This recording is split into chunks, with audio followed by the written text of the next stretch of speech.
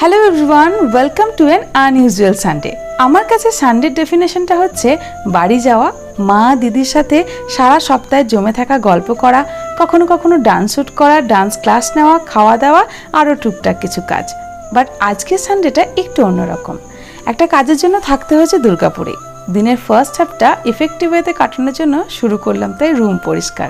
বেশ কয়েক মাস হলো রুমটাকে ডিপ ক্লিন করা হয় না, obviously because of time constant. প্রথমেই আমার বেডটা একটু ঠিক করে নিলাম। জানি না আমার মতন কেউ আছো কিনা, বেড কভারের একটা দিকে শুয়ে শুয়ে বোর ফিল করলে আমি বেড কভারটাকে উল্টে পেতে দিই। আজও সেটাই করলাম। বুক সেলফটা মোটামুটি ঠিকই ছিল। ডে টু ডে ইউজের জামা কাপড়গুলো একটু সাজিয়ে রেখে ট্রলিটাও গুছিয়ে নিলাম। এবার আসি এই মহাক্ষেত্রে যেখানে রয়েছে আমার পুরো সংসার। খুব ভালোভাবে সব জিনিসগুলো ঠিকঠাক টেবিলে সাজিয়ে ফ্লোরটা ক্লিন করে নিলাম।